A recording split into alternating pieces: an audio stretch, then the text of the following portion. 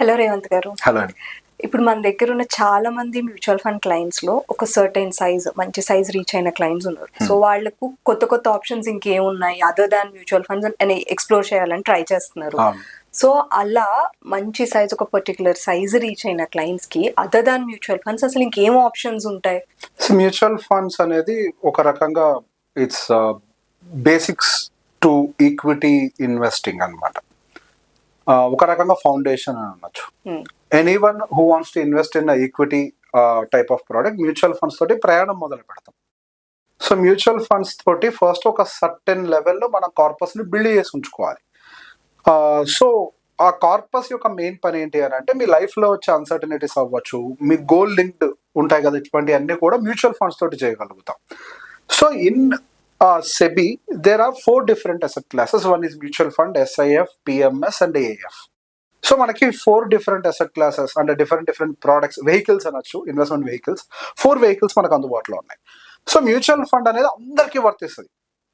Weather you are an HNI or ultra HNI, it doesn't matter, or you are a normal retailer, it doesn't matter. First you have to start your investment journey with mutual funds only. So ఈ mutual fund ప్రయాణం మీకు ఏం చేస్తుంది?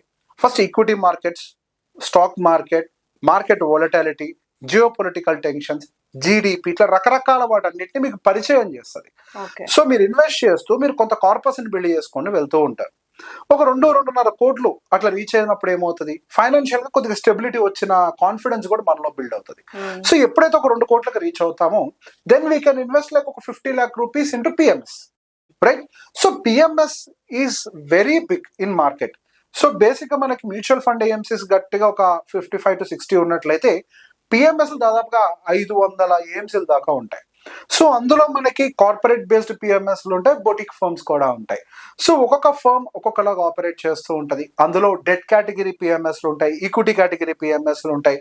And కొంతమంది PMS operators అంతా కోర్గా అంటే మనకి mutual funds లో దాదాపుగా 60-100 స్టాక్స్ హ్యాండిల్ చేస్తారు కదా, ఇక్కడ వాళ్ళు 10 స్టాక్స్ తోటి కూడా రన్ చేస్తారు, కాన్సన్ట్రేటెడ్ పోర్ట్ఫోలియోస్.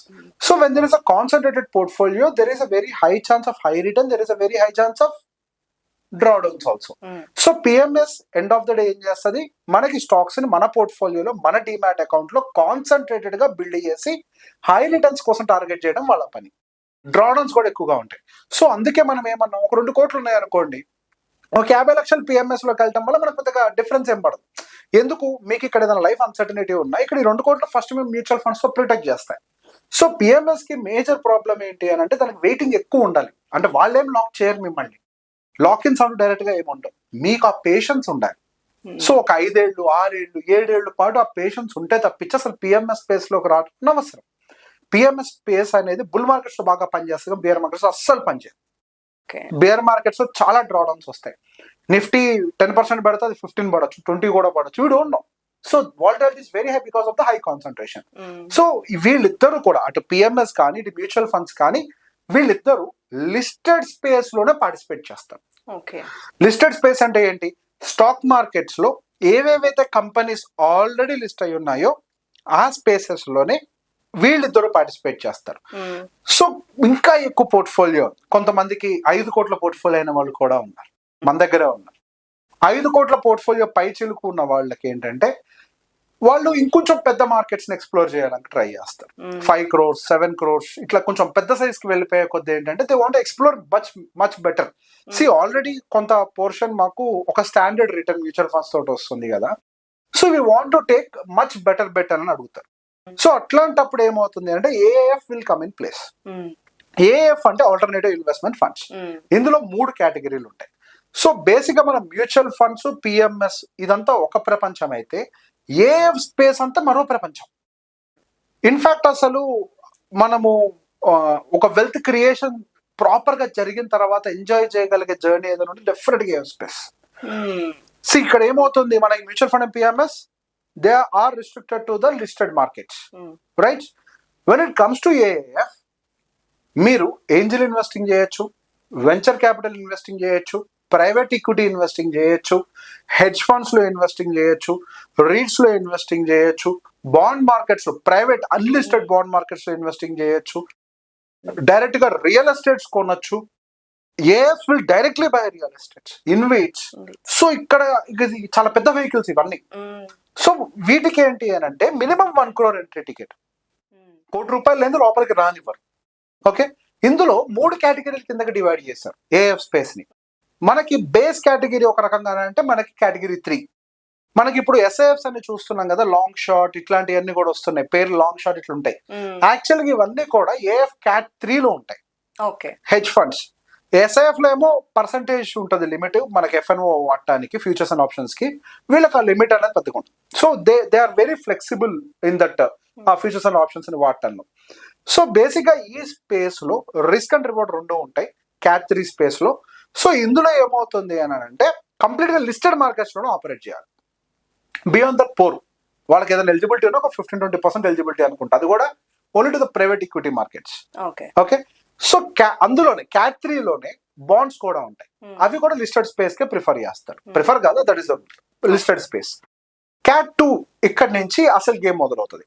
వేర్ క్యాట్ 2 ఇప్పుడు మనం అందరం ఏంటి ఐపీఓ పరిగెడుతూ ఉంటాం కదా, అరే లలిత జ్యువెలరీస్ ఐపీఓ వచ్చింది, ఇంకేదో ఐపీఓ వచ్చింది, అప్లై చేయాలి అని. అసలు ఈ ఐపీఓలన్నీ మార్కెట్ లోకి రాకముందే వీళ్ళు ఐపీఓలోకి వస్తారు అని అనుమానం రాగానే ఆ కంపెనీలు కొనేస్తారు. సో ప్రీ ఐపీఓ మార్కెట్ అసలు మీరు అనుకునే ఆ ప్రీ ఐపీఓ కాదు, ఇది much deeper pre IPO. So ఇక్కడ మనం ప్రీ ఐపీఓ కొనేటప్పుడు మన దగ్గర ఉండే రీసెర్చ్ కెపాసిటీ సరిపోదు. అక్కడేమవుతుంది, జస్ట్ లైక్ ఒక మ్యూచువల్ ఫండ్ మేనేజర్ ఒక కన్విక్షన్ వచ్చేదాకా వెయిట్ చేసి ఆ తర్వాత ఎట్లయితే స్టాక్ కొంటారో, ఇక్కడ కూడా సేమ్ మనకు ఆ కన్విక్షన్ వచ్చిన తర్వాతనే ఇక్కడ వీళ్ళు కొంటారు. ఈ particular pre IPO related markets లో కొంటూ ఉంటారు. ఓకే, ప్రైవేట్ ఈక్విటీ వీటన్నిటి ప్రైవేట్ ఈక్విటీ స్పేసెస్ అని అంటారు. సో ఈ ప్రైవేట్ ఈక్విటీ ఆ స్పేసెస్ లో రకరకాల ఫండ్స్ అందుబాటులోకి వస్తాయి. There are funds which will have 10 years lock in, 7 year lock in, 5 year lock in, రకరకాల ఫండ్స్ ఉంటాయి అన్నమాట. సో ఈ లాక్-ఇన్స్ ఎందుకు అని అంటే ఇవి ఐపీఓకి రావాలి కదా. సో వాళ్ళు ఐడెంటిఫై, మీ నోట్లో పడ్డాక వాళ్ళు ఐడెంటిఫై చేయరు. మార్కెట్ లో సర్క్యులేట్ అయిపోయి ఇది ఐపీఓకి వస్తుందంట, మనం ప్రీ ఐపీఓలో కొనాలంట అన్న తర్వాత వాళ్ళు చేయరు ఆ పని. మీరు అనుకునే లోపల వాళ్ళు ఇన్వెస్ట్మెంట్లు పెట్టేస్తారు వెనకాల నుంచి, రైట్? సో బేసిక్ ఏమవుతుంది, ఇప్పుడు వాళ్ళు ఒక కేటగరైజేషన్ చేసుకుంటారు. అంటే మనకి 3 years లో లిస్ట్ అయ్యే ఐపీఓస్ ఒక బాస్కెట్, 5 years లో లిస్ట్ అయ్యే ఐపీఓస్ ఒక బాస్కెట్, తర్వాత లిస్ట్ అయ్యే కొన్ని బాస్కెట్స్, కొంత వెంచర్ క్యాపిటల్ ఇన్వెస్ట్మెంట్స్ ఇట్లాంటివి కూడా పెడుతూ ఉంటారు. సో బేసిక్ గా ఈ క్యాట్ 2 లో ఉండే ఈ ప్రైవేట్ ఈక్విటీ అన్ని కూడా almost matured companies. They are not like a startup companies, they are already matured. Almost ఇంకా ఐపీఓ స్టేజ్ కూడా వచ్చేస్తున్నాయి, వాళ్ళు ఆల్మోస్ట్ ప్రీ ఐపీఓ స్టేజ్ లోకి వచ్చేసారు. సో బేసిక్ గా వీళ్ళు ఏం చేస్తారు, ఆ ప్రీ ఐపీఓ స్టేజ్ లో ఉన్న వాటన్నిటిని కొనుక్కొని వాళ్ళు ఐపీఓ రాకముందు దాన్ని లిక్విడేట్ చేసేయటము. మనం ఏంటి ఐపీఓ వచ్చాక కొని అందులో ఇరుక్కుంటాం, అది లెగో పడుతుంది. వీళ్ళు అట్లా కాదు, వీళ్ళు అవసరం ముందు లిక్విడేట్ కూడా చేసి పడేస్తారు. సో దాని ద్వారా ఎక్కువ ఆల్ఫా క్రియేట్ చేసేందుకు ప్రయత్నం చేస్తారు. ఒక రూల్ ఎట్లుంది అని అంటే సెబీది, ఎంత రిటర్న్ క్రియేట్ చేస్తారంటే అది చెప్పడానికి కూడా మాకు అనుమతి లేదు. We are not allowed to speak about the returns. ఇప్పుడు అట్లీస్ట్ మనకి మ్యూచువల్ ఫండ్స్ కి 12% ఇండికేటివ్ రిటర్న్స్ అని చెప్పొచ్చు కదా, AF space we are not allowed to speak. That should be only 1-to-1. అవతల వాళ్ళ it is our responsibility to understand whether the client is financially fit or not for this product. Then tell them the details and share them the details. And if you see, మీరు గమనిస్తే AF related మీరు explore చేయడానికి try చేసినా మీకు cat 3 related internet లో available ఉంటుంది, కానీ cat 2, cat 1 related data మీకు ఇంటర్నెట్ లో అవైలబుల్ కూడా ఉండదు. They are not allowed to promote, they are not allowed to display, they are not allowed to list anywhere. And we are only allowed to discuss in person. అది person to person మాత్రమే, వాళ్ళకుండా financial condition దృష్టిలో పెట్టుకొని మాత్రమే మాట్లాడాలి.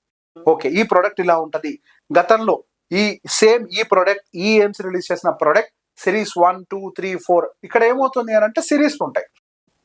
They will close the series 1 year, 1.5 year లో series ని close చేస్తారు. వాళ్ళు టార్గెట్ పెట్టుకుంటారు, 1000 crores కలెక్ట్ చేస్తాం, వీళ్ళు క్లోజ్ ఇట్, 2000 crores కలెక్ట్ చేస్తాం, వీళ్ళు క్లోజ్ ఇట్ అని. సో ఆ సిరీస్ క్లోజ్ అయిపోయాక they will come up with fresh series. అట్లా సిరీస్ల మీద సిరీస్లు వస్తూనే ఉంటాయి మార్కెట్. సో పాత సిరీస్లు ఎలా జరిగాయి, దాని ఆ హిస్టరీ ఏంటి, ఆ ఏఎంసీ చరిత్ర ఏంటి, వాళ్ళు ఎటువంటి ఫండ్స్ ని ఎటువంటి స్టాక్స్ ని పిక్ చేశారు, వాళ్ళు కంపెనీస్, ఇక్కడ స్టాక్స్ అంటానికి లేదు, ఎటువంటి కంపెనీస్ లో ఇన్వెస్ట్మెంట్స్ పెట్టారు వీళ్ళు, అవన్నీ మనం అర్థం చేసుకొని అప్పుడు then you can start investing in that. So ఇక్కడ when it comes to CAT 2, the beauty with the CAT 2 is you will not invest whole money at one single shot. There is a drawdown method, and they'll call for drawdown. So some AMCs 1 year, some AMCs 1.5 year, 9 months, 8 months, of course, depending upon which drawdown they are అనేది. దాని basis మీద మీకు call for చేస్తూ ఉంటారు. దానికి అనుకూలంగా కొద్దిగా డబ్బుని మీరు ఇన్వెస్ట్మెంట్ పెట్టాలి. బట్ ఫుల్ క్యాపిటల్ చేతిలో పెట్టుకున్న తర్వాతనే, ఇన్ఫాక్ట్ అసలు మీ దగ్గర క్యాపిటల్ లేదు మేము ఏర్పాటు చేయాలి అని అంటే ఐ డోంట్ ఈవెన్ రిస్క్. అసలు క్యాపిటల్ లేదు, ఇంకా మనకెందుకు ఆ ప్రోడక్ట్ అసలు. ఇక్కడ ఇందులోకి వచ్చిన తర్వాత the biggest challenge is the lock in. You can't come out. ఆ లాక్ ఇన్ అయిపోవాలి, మెచ్యూర్ అవ్వాలి ఆ ఫండ్. మెచ్యూర్ అవ్వకపోతే how can you come out? So అది పెద్ద ప్రాబ్లం. ఎందుకు లాక్ ఇన్ పెడతారు అంటే అవన్నీ ప్రీ అయిపో, అవి లిస్టెడ్ మార్కెట్స్ కాదు టక్కన అమ్మేయటానికి. లిక్విడిటీ దొరకపోవచ్చు, చాలా ప్రాబ్లమ్స్ ఉంటాయి ఇక్కడ. అండ్ మీకోసం సెల్ ఆఫ్ కొడితే they themself will lose the weightage of, అంటే దాన్ని ఏమంటారు, దాని స్టాక్ ప్రైస్ వాళ్ళే పడేసిన వాళ్ళు అవుతారు, బిజినెస్ ప్రైస్ వాళ్ళే పడేసిన వాళ్ళు అవుతారు, దాని షేర్ ప్రైస్ ని. సో బేసిక్ అందుకే దీనికి లాకిన్స్ పెడతారు. ఇందులోకి ఎంటర్ అయిన తర్వాత ఎగ్జిట్ ఉండదు, ఇందులోకి లోపలికి వెళ్ళటమే, బయటికి రావటం మాత్రం ఎప్పుడు మెచ్యూర్ అయితే అప్పుడు. లైక్ ట్రాన్స్ఫర్ అనేది చేసుకోవడానికి అవకాశం ఉంటుందని బయర్ మీరు పట్టుకుంటారా? That's true, right. సో ఇక్కడ చాలా ప్రాబ్లమ్స్ ఉంటాయి, అంత ఈజీ కాదు. అసలు లేదు ఆప్షన్ అనుకోండి, అదొకటి ఉంది లేండి, కానీ మర్చిపోండి, అది లేదు, దొరకదు మీకు. అదేలేండి, that is not possible practical గా. ఎవరే ఎత్తుకు పట్టుకుంటారు ఆ మెచ్యూరిటీ దగ్గరకు వచ్చే ఫండ్స్ ని? No one will take that risk. So practically speaking ఆ ఆప్షన్ లేదు, you have to lock your self అనే విషయం గుర్తుపెట్టుకోండి. So that is CAT 2. So ఇదే CAT 2 లో మళ్ళీ డెట్ కేటగిరీస్ కూడా ఉంటాయి. when it comes to debt category, they will lend your money to unlisted companies where you get little higher returns. So at the same time you will have REITs where the return will be much more decent, in which much more decent returns, fixed returns, much more fixed returns. And of course angel investing gaani, venture capital gaani. Angel investing ante seed funding. So angel investing loki digali అని అంటే you need to have a certificate, accredited investor certificate ఉండాలి. Angel investing లోకి ప్రతి investor ని allow చేయరు. It has certain parameters. To invest in Angel investing AIF fund, you should have 2 crore annual income and minimum of 3 crore or 4 crore assets, where 50% should be in financial assets. Okay, నాకు real estate ఉంది అంటే no one cares. Or wife and husband combined గా 3 కోట్లు income, ఒక 5 కోట్లు, ఒక same 3 crores or 4 crores of net asset. లేదు income కొంచెం తక్కువ ఉంటే కనుక ఈ అసెట్స్ ఎక్కువ ఉండి ఫైనాన్షియల్ అసెట్స్ అయితే 50% మెయింటైన్ చేయాలి. అందరినీ అలౌ చేయాలి, because there is very high volatility. ఇప్పుడు సీడ్ ఫండింగ్ చేసినప్పుడు అసలు కంపెనీ ఫ్లోట్ అవుతుందా అవ్వదా ఎటుపోతుంది, we don't know anything. Venture capital is something different. It is not just about the seed funding కదా, ఐడియా మీద వాళ్ళు డబ్బులు పెట్టరు. వెంచర్ క్యాపిటల్ ఆల్రెడీ అది రన్నింగ్ లోకి వస్తుంటది, కొంచెం ఐడియా నుంచి ఇంప్లిమెంటేషన్ స్టేజ్ లో ఉంటది, where they need lots of money requirement to that companies, startup companies. అప్పుడు వెంచర్ క్యాపిటలిస్ట్ ఫండ్ లోకి మనం ఎంటర్ అవ్వచ్చు. సో ఇట్లా మనకి అసలు AIF స్పేస్ లో చాలా పెద్ద ప్రపంచం ఉంది. We can explore much more and will discuss definitely on this space also. Thank you.